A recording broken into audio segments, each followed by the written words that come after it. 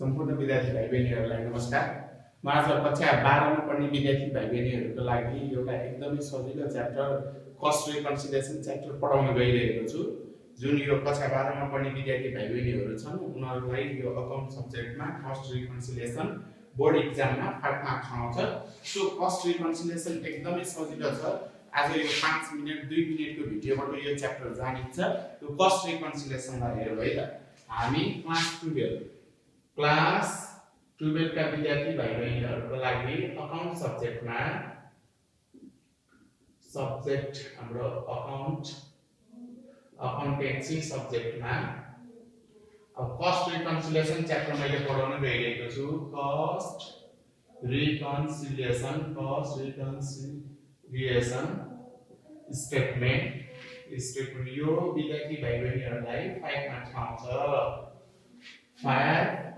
Marks. अब यसमा ध्यान दिनुपर्ने कुराहरू विद्यार्थी भाइ बहिनीहरूले के छ भन्दाखेरि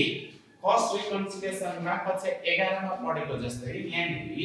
हाम्रो दुईवटा अकाउन्ट हुन्छ। हामीले कक्षा 11 मा क्याश बुक र पासबुक भनेर पढ्थ्यौं भने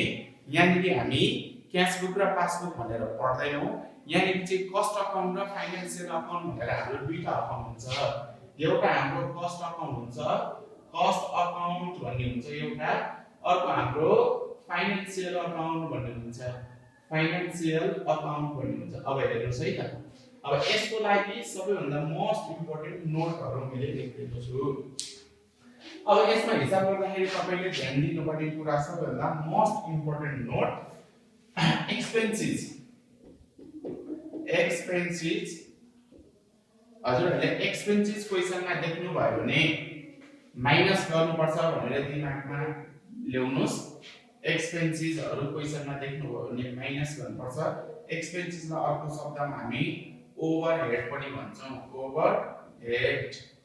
ओभरहेड र एक्सपेन्सेस क्वेशनमा आयो भने माइनस गर्नुपर्छ। त्यस्तै अब अर्को हाम्रो चाहिँ इन्कम आयो भने अब क्वेशनमा एक्सपेन्सेस ओभरहेड र डेबिटेड जस्ता वडा आयो भने माइनस गर्नुस्। त्यसपछि अर्को हाम्रो इन्कमहरु आउन सक्छन्। इन्कम र क्रेडिटेड जस्ता वडा आयो भने क्वेशनमा क्रेडिटेड जस्ता वडा आएपछि क्वेशनमा हजुरहरुले प्लस गर्नुस्। र यसमा अर्को मोस्ट इम्पोर्टेन्ट बुझ्ने कुरा भनेको के हो भने यहाँनिर मैले सानो रेडले लेखिदिन्छु। यो एक्सपेन्सेसहरुसँग नट अथवा अन्डर भन्ने वडा आयो भने माइनस हैन प्लस गर्नुस्। यो इन्कमसँग यहाँ पनि मैले रेडले लेखेको छु नट अथवा अन्डर भन्ने वडा आयो भने प्लस हैन माइनस गर्नुस्। अनि अर्को एउटा तरिका एक्सपेन्सेस मात्र होइन ओपनिङ स्टक पनि क्वेशनमा आयो भने हजुरले माइनस गर्नुस्। त्यस्तै गरेर क्लोजिङ स्टक क्वेशनमा आयो भने हजुरले प्लस गर्नुस्। ल यतिको भरमा हामीलाई कस्ट रिकन्सिलिएसन च्याप्टर आउँछ। हेर्नुस् है यतिको भरमा कस्ट रिकन्सिलिएसन च्याप्टर हामीलाई आउँछ। फेरि मैले एकचोटी भनिरहेको छु क्वेशनमा तपाईले के देख्नु भयो भने माइनस गर्ने, के देख्नु भयो भने प्लस गर्ने। ओपनिङ स्टक एक्सपेन्सेस ओभरहेड र एक्सपेन्सेस भन्नु हो यो अनि डेबिटेड यस्तो वर्ड देख्ने बित्तिकै हजुरले माइनस गर्नुस्। यस्तो वर्ड देख्ने बित्तिकै हजुरले माइनस गर्नुस्। यहाँ माइनस लेखेको छु मैले। र ई वर्डसँग हेर्नुस् त ई वर्डसँग नट र अन्डर देख्नु भयो भने हजुरले पनि प्लस गर्दिनुस्। माइनस हैन प्लस गर्दिनुस् नट र अन्डर भन्ने वर्ड देखियो भने। अब फेरि त्यस्तै गरी इन्कम क्रेडिटेड र क्लोजिङ स्टक देख्नु भयो भने प्लस गर्नुस्। तर ई वर्डहरुसँग हजुरले यो नट र अन्डर वर्ड देख्नु भयो भने माइनस गर्नुस्। मेन कन्सेप्ट यति हो। अब यति कन्सेप्टको भरमा हेर्नुस् तपाईलाई म एउटा हिसाब यहाँनिर गरेर देखाइदिन्छु। यही कन्सेप्ट भरमा कस्ट रिकन्सिलिएसन स्टेटमेन्ट भनेर एउटा हिसाब हजुरलाई यहाँ गरेर देखाइदिन्छु है त। यहाँ मैले लेखेको नोट यही छ। यही नोटको भरमा तपाईलाई म एउटा हिसाब यहाँनिर गरेर देखाइदिन्छु। ल हेर्नुस् है त। अब क्वेशन चाहिँ विद्यार्थी भाइहरुले CRS cost reconciliation statement particular rupees net profit as per सुरुमा हेर्नु है क्वेशनमा अब सेम हामीले बैंक रिकन्सिलिएसन पढाए जस्तै फर्स्टमा net profit as per cost account हो कि net profit as per financial account गर्ने अनि जोड घटाउ गर्ने रुल यही हुन्छ यहाँनिर आन्सर अब यहाँनिर अब हिसाब गरौँ अब एउटा क्वेशन मैले विद्यार्थी भाइहरुको लागि ओल्ड इज गोल्ड क्वेशन बैंकमा हेर्नुस्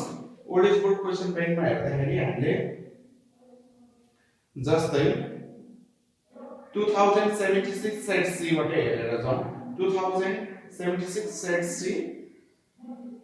76 सेट सी बाट हेरौँ यो अलि सजिलै दिएको छ ओपनिङ स्टक र क्लोजिङ स्टक पनि भएको क्वेशन गर्दाखेरि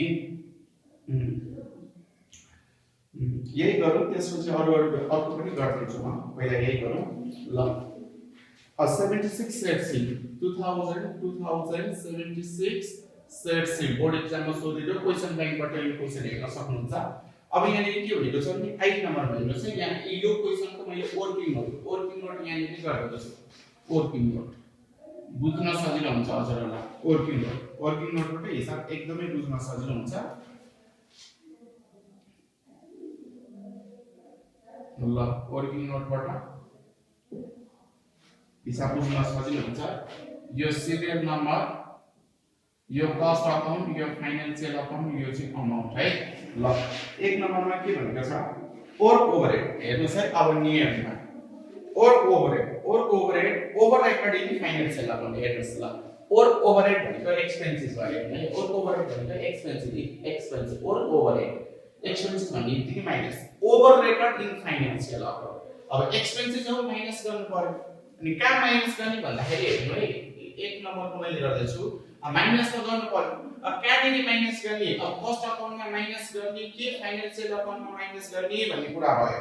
अब हामीले इन फाइनान्शियल अकाउन्टमा भनेको छ त्यही भएर यहाँनिर हामीले माइनस गर्नु पर्यो हेर्नुस् ल वर्किङ यो प्लस र माइनस जुन मैले यो कन्सेप्ट हजुरहरुलाई बुझाएको छु यो कन्सेप्ट भनेको सिधै हिसाबमा प्लस माइनस गर्ने हो वर्किङ नोटमा प्लस माइनस गर्ने मैले कन्सेप्ट बुझाएको त्यो भन्दा अगाडि net profit shown by cost account भनेर 1,20,000 दिएको छ माथि लेख्नु net profit shown by financial account भनेर दिएको छ financial account net profit shown by financial account भनेर 1,22,000 हाम्रो छ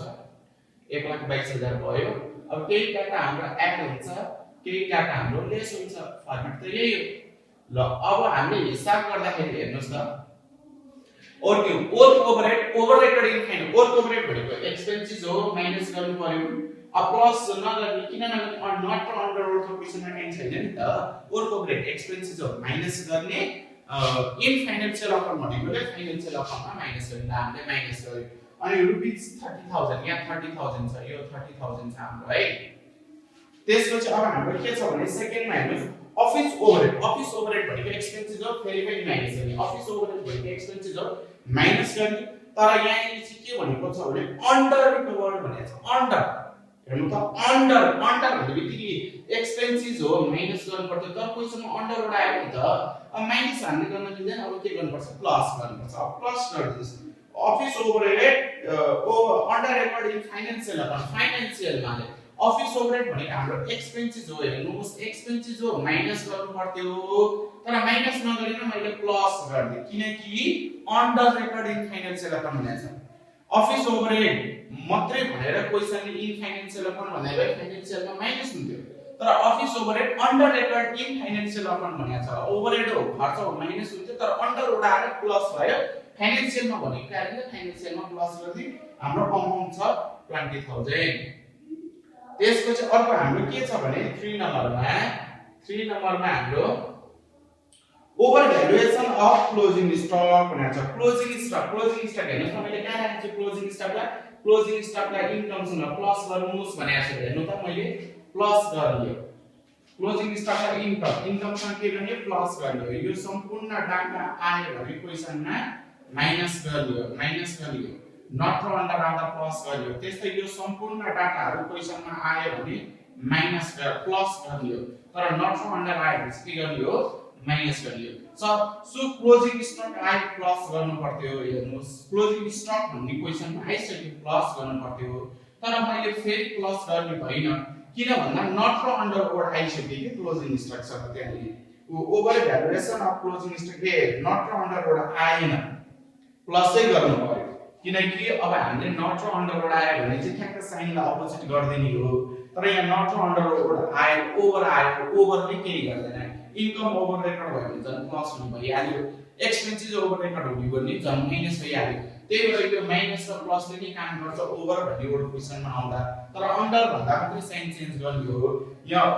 over valuation of closing stock over valuation भएर क्लोजिङ स्टक ओभर भ्यालुएसन भयो भनेपछि अब प्लस गर्नु पर्यो क्लोजिङ स्टक आउने बित्तिकै मैले प्लस गर्दिनु भनेर भनेको छु तर अब क्वेशनमा हाम्रो नट र अन्डर छैन सो प्लसै गर्नु पर्यो कहाँनिर प्लस गर्ने भने फाइनान्शियलमा भनेको छ यहाँ फाइनान्शियलमा प्लस गर्नुहोस् हाम्रो अमाउन्ट छ 15000 अमाउन्ट छ हाम्रो 15000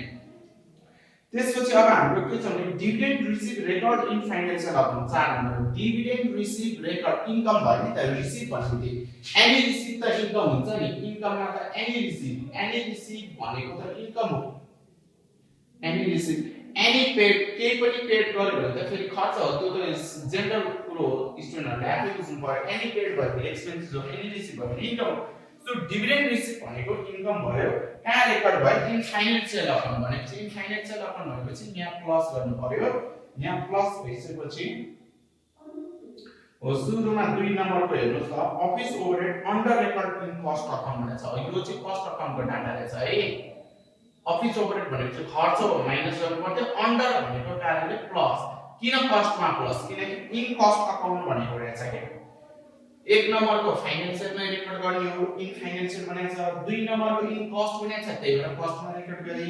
3 नम्बरको फाइनान्शियल भनेको छ फाइनान्शियलमा रेकर्ड गरे 4 नम्बरको डिभिडेन्ड रिसिभ पनि फाइनान्शियल भनेको छ फाइनान्शियलमा रेकर्ड गरे हेर्नु है यहाँ 2 नम्बरमा अफिस ओभरहेड छ अफिस ओभरहेड भनेबित्तिकै खर्च माइनस गर्नुपर्छ किन माइनस नगरेर पहिले प्लस गरिन्छ कस्टमा किनकि अन्डर भनेको छ अन्डरबाट आउने थियो प्लस गर्ने किन कस्टमै रेकर्ड गरिन्छ किन फाइनान्शियलमा नगरे किनकि इन कस्ट अकाउन्ट भनेको छ क्वेशनले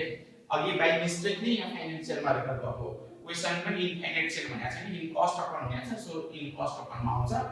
अब 4 नम्बरको अमाउन्ट भनेको हाम्रो 25000 यहाँ नै 25000 आयो अब हेर्नुस् ल सक्यो अब के गर्नुपर्छ भन्दाखेरि अब यसको अब चाहिँ हेर यहाँ माइनस छ भने यता साइन अपोजिट यता माइनस छ भने यतापट्टि साइन अपोजिट यहाँ प्लस छ भने यतापट्टि साइन माइनस यहाँ प्लस छ भने यतापट्टि साइन माइनस यहाँ प्लस छ भने यतापट्टि साइन माइनस ठ्याक्क खाली भएको ठाउँमा अपोजिट साइन दियो यता जुन साइन हुन्छ त्यसको अपोजिट हुन्छ यता अब हामीले के गर्नु पर्यो सबभन्दा इन फाइनान्शियल अकाउन्ट भनेको छ यहाँ फाइनान्शियल अकाउन्ट आयो भने यो तपाईले यो फाइनान्शियल अकाउन्टलाई क्रस गरिदिनुस् फाइनान्शियल अकाउन्टलाई काट्दिनुस् यो फाइनान्शियल अकाउन्टलाई काट्दा यो फाइनान्शियल अकाउन्टलाई हेरेर गर्ने हैन अब हामीले कस्ट अकाउन्ट हेरेर गर्ने हो हामीले अब इन यहाँ जे आयो त्यसैले हामीले क्रस गर्दिनुस् यहाँ जे आउँछ त्यसलाई क्रस गर्दिनुस् अब कस्ट अकाउन्टको साइन गर्नुस् 1 नम्बर र 2 नम्बरमा प्लस आयो हैन त यो 1 नम्बर र 2 नम्बर प्लसमा जान्छ ल 1 नम्बर र 2 नम्बर हाम्रो प्लसमा गयो क्वेशन सार्नुस् 1 नम्बर र 2 नम्बर प्लसमा गयो 1 नम्बर र 2 नम्बरको क्वेशन सार्नुस् 1 नम्बरको क्वेशन भनेको fourth overhead over record in financial account or overhead over record in financial account हाम्रो अमाउन्ट भनेको 30000 नि 1 प्लसमा गयो किन प्लसमा यहाँ प्लस साइन आयो हेर्नुस् है 2 नम्बर पनि प्लस आयो 2 नम्बर पनि प्लस नै छ office overhead under record in cost account office overhead under record office overhead under record in cost account amount हाम्रो त्यहाँ नि हेर्नुस् 20000 ल अब यो दुईटा प्लसमा गयो यो दुईटा प्लसमा गएपछि अब मैले 3 र 4 लाई चाहिँ माइनसमा लिएको 3 र 4 लाई चाहिँ माइनसमा लिएको किनकि यहाँ र यहाँ माइनस आयो 3 र 4 को क्वेशन हेरौँ हामी 3 र 4 को क्वेशन 3 र over valuation of closing stock in financial 3 number को over valuation of closing stock in financial account over valuation of closing stock in financial account financial account amount हाम्रो 15000 छ ल अब त्यसपछि 4 नम्बरको पनि यहाँ माइनस आएको छ हेर्नुस् यहाँ माइनस आएपछि 4 नम्बरलाई नि माइनस गरेर जानु पर्यो dividend receive record in financial account dividend receive record in financial account dividend receive record in financial account हाम्रो 25000 छ 25000 ल अब हेर्नुस् त यसको टोटल 50000 अब यो एड गर्नुस् 172000 अब यसको टोटल हाम्रो 40000 भयो अब यहाँ फेरि हामीले लेस भनेको छौं सो यसलाई माइनस मा राख्नु पर्यो यो टोटल गरेर लेस गर्दिने 172 बाट 1,72,000 बाट 42,000 गर्दा 1,32,000 ल अब हामीले यहाँ जे लेखेका छौं त्यसको उल्टो यहाँ net profit as per financial account छ भने त्यसको उल्टो हामीले जे हेरेर हिसाब हामीले कस्ट अकाउन्ट हेरेर हिसाब गरे हो त्यही भएर net profit as per cost account भनेर लेख्नु पर्यो यसलाई हामीले कस्ट अकाउन्ट हेरेर हिसाब गरे हो नि त यहाँ फाइनान्शियल हामीले काट्यौं कस्ट अकाउन्टमा जुन साइन आयो कस्ट अकाउन्ट अनुसार हिसाब गर्यौं हामीले सो यहाँ जे छ त्यसको ठ्याक्कै यहाँ अपोजिट लेख्नु पर्यो अथवा हामीले जे हेरेर हिसाब गरे त्यही लेख्नु पर्यो सो हामीले net profit as per cost account लेख्नु पर्यो ल यति गर्दा हजुरहरुको 5 मार्क्स आयो अब यो एउटा प्रब्लम तपाईलाई मैले बुझाइदिए अब यो एउटा प्रब्लम सँगै अब नेक्स्ट भिडियोमा मैले नेक्स्ट क्लासमा यसको रिमेनिङ अरु दुईटा केस अब मैले जम्मा दुईटा हिसाब गर्दा तपाईको क्वेशन दिनु भएको सबै क्वेशनहरुलाई कभर गर्छ मेन कन्सेप्ट यही हो एक्सपेन्सेस भन्ने बित्तिकै माइनस गर्ने र expenses opening stock expenses overhead र डेबिटेड भन्ने ओडा आए पनि जहिले पनि माइनस गर्ने तर यस्ता ओडहरुसँग नट र अन्डर आए पनि प्लस गर्दिने जस्ट सम्झिनु यही हो